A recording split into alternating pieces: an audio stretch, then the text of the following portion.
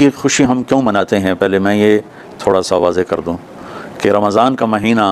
اللہ نے پورا ایک ہمارے لیے خوشی کا مہینہ بنایا ہے، جس میں اللہ کی جنت کے دروازے کھول دیے جاتے ہیں، جہنم کے بند کر دیے جاتے ہیں، شیطان قید کر دیے جاتے ہیں، جنت کو روزانہ سجایا جاتا ہے، اللہ کا عرش پہلے آسمان پہ آ جاتا ہے، اللہ کی طرف سے اعلان ہو رہا ہوتا ہے، کوئی بخشش چاہنے والا، کوئی حاجت مانگنے والا، فرض 70 فرضوں کے برابر ہو جاتا ہے اور نفل فرض کے برابر ہو جاتا ہے، اور نفل اور فرض کا فرق اتنا بڑا ہے کہ قیامت تک 2 رکعت نفل پڑھتا رہے تو فرض رکعت کے ایک سجدے کے برابر نہیں، اور اس میں جو مر جاتے ہیں اہل ایمان ان کا حساب نہیں ہوتا، ان کو قبر میں منکر نکیر نہیں آتے، اللہ تعالیٰ ان کو معاف فرما دیتا ہے۔ اس طرح 29 دن رات یہ سلسلہ چلتا ہے، اور آخری رات پھر اللہ تعالیٰ اعلان فرماتے ہیں کہ میرے بندوں نے رات کو قیام کیا، یعنی تراویح کی نماز پڑھی، دن میں روزہ رکھا، تو میں نے اس پر ان سب کی بخشش فرما دی۔ تو اس خوشی میں پھر ہم سب مل کر اللہ کی بارگاہ میں شکرانے کے مل کر 2 نفل ادا کرتے ہیں اور اللہ کا شکر ادا کرتے ہیں کہ یا اللہ تیرا شکر ہے تو نے ہمارے گناہوں کو معاف فرمایا، جہنم کو ہم پہ حرام کیا، جنت کو ہم پہ واجب کیا۔ اصل تو عید کی خوشی کی یہ وجہ ہے۔ باقی جو اداسیاں ہیں، ڈپریشنیں ہیں، اس کی وجہ آپس کی محبتوں کا کم ہو جانا ہے، اور دنیا کی ایسی دوڑ جس نے اپنے آپ کو بھی بھلا دیا ہے، اور آپس کی نفرتیں ہیں اور آپس کے بغض حسد ہیں، ان منفی جذبوں نے ہماری خوشیوں کو دھندلا دیا ہے، ورنہ رمضان کا ہر لمحہ خوشی کے لیے ہے اور عید اس کی پیک ہے، اور پوری زندگی اللہ راضی ہو رہا ہو تو خوشی ہی خوشی ہے۔ ہمیں اپنے ملک سے، اپنی نسل سے آپس کی نفرتیں، حسد، بغض یہ مٹانے ہوں گے، تب جا کر ہمیں حقیقی خوشیاں حاصل ہوں گی۔ آپ عید کے لیے غسل فرماتے تھے اور اپنے کپڑوں میں سے اچھے کپڑے منتخب فرماتے تھے،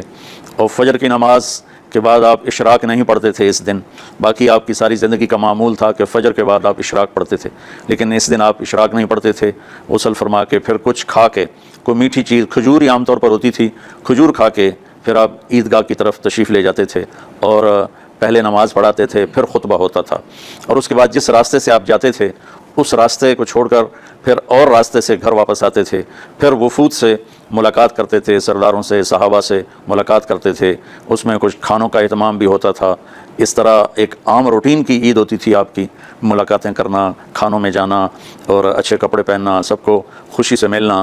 یہ عید الفطر پر آپ کا یہ معمول تھا۔ اسلام 2 چیزوں کا مجموعہ ہے، ایک اللہ کا حق ہے جو عبادات کی شکل میں ہے، اور ایک اللہ کے بندوں کا حق ہے جو اخلاقیات اور معاملات اور معاشرت کی شکل میں ہے۔ یہ دونوں کمپلسری پیپر ہیں، دونوں لازمی پیپر ہیں، ان دونوں میں پاس ہونا ضروری ہے۔ میری نماز اچھی ہے لیکن میری دکان پہ جھوٹ ہے تو نماز اس جھوٹ کی کمی کو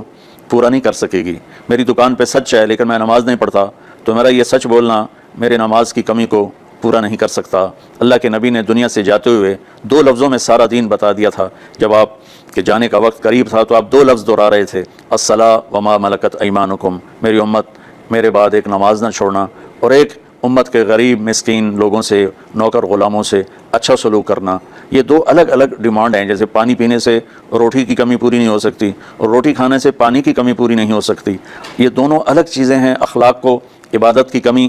پر نہیں کر سکتی، اور عبادت کی کمی اخلاق کو اور اخلاق کی کمی کو عبادت پورا نہیں کر سکتی۔ ان دونوں چیزوں میں پاس ہونا ضروری ہے، تب جا کر ایک معتدل معاشرہ وجود میں آتا ہے۔ پوری امت اس چیز کا شکار ہے،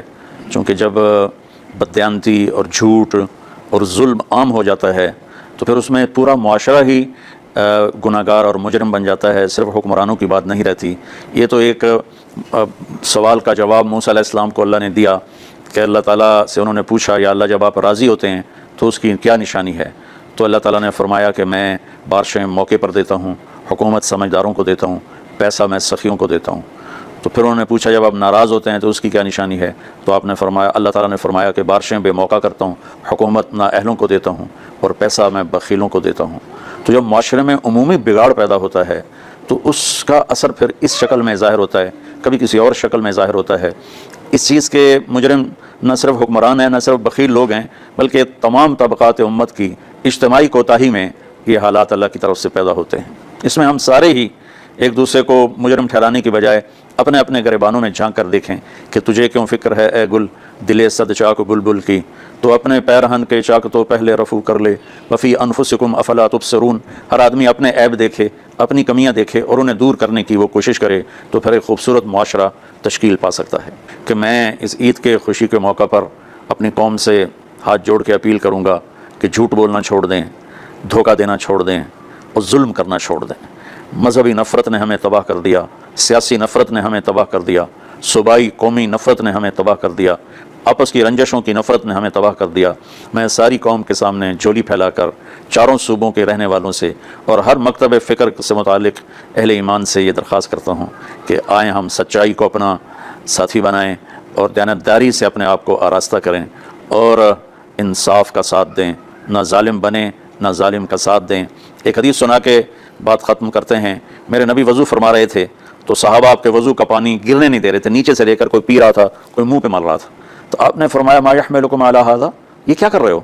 وہ کہنے لگے یا رسول اللہ، اللہ اس کے رسول کی محبت میں کر رہے ہیں۔ تو آپ نے فرمایا میں تمہیں بتاتا ہوں اللہ اس کے رسول سے محبت کرنے والا کون ہوتا ہے۔ فلیصدق الحدیث اذا حدث، اللہ رسول سے محبت کرنے والا وہ ہوتا ہے جو ہمیشہ سچ بولتا ہے۔ فلیؤدی الامانۃ اذا تؤمن، جو ہمیشہ امانت داری سے کام لیتا ہے، کبھی دھوکہ فراڈ نہیں کرتا۔ فلیحسن جوار من جاورہ، اور جو ہمیشہ اپنے پڑوسیوں کے ساتھ اچھا سلوک کرتا ہے، پڑوسی اپنے ہوں، غیر ہوں، مسلم ہوں، نان مسلم ہوں، وہ ان کے ساتھ اچھا سلوک کرتا ہے۔ یہ تین نشانیاں ہیں عشق رسول کی، یہ تین باتیں میری قوم اپنا لے تو یہ